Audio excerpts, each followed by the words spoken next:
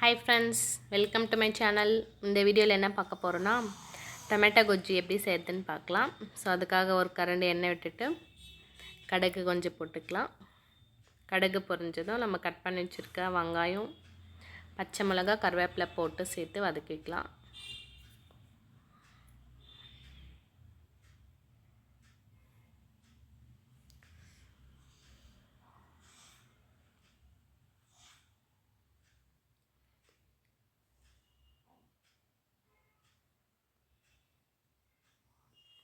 வெங்காயம் வதங்கின பிறகு நம்ம கட் பண்ணி வச்சுருக்க தக்காளி ஆட் பண்ணிக்கலாம். தக்காளி நல்லா வதக்கிக்கலாம். ஒரு 10 பல்லு பூண்டு இடித்து சேர்த்துருக்கேன்.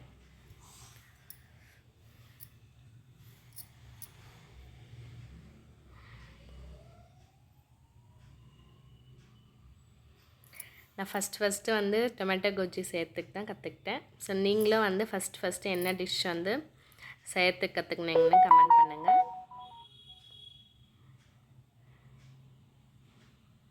ஸோ உப்பு சேர்த்து வதக்கிக்கலாம்.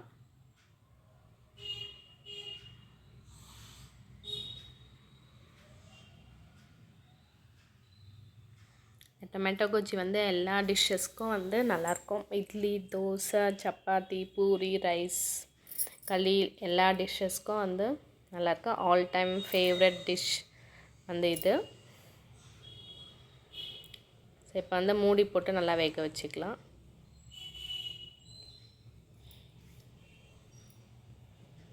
ஸோ தக்காளி நல்லா வந்துடுச்சு.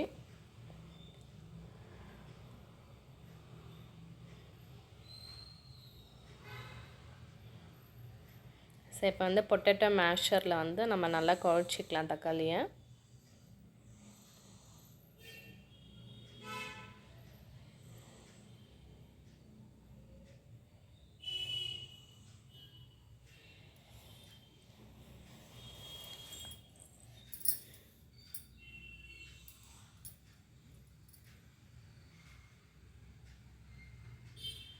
ஸோ இப்போ மிளகாத்தூள் 1 ஸ்பூன் ஆட் பண்ணிக்கலாம்.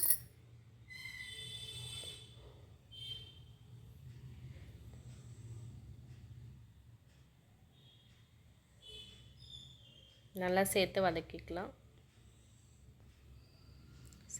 நல்லா தக்காளி கொதிச்சு வந்துடுச்சு. ஸோ இப்போ சுவையான டொமேட்டோ கொஜ்ஜி ரெடி ஆயிடுச்சு. நம்ம கொத்தமல்லி தூவி இறக்கிக்கலாம். இந்த வீடியோ பிடிச்சிருந்துச்சின்னா நீங்களும் ட்ரை பண்ணி பாருங்கள். லைக் அண்ட் சப்ஸ்கிரைப் பண்ணுங்கள்.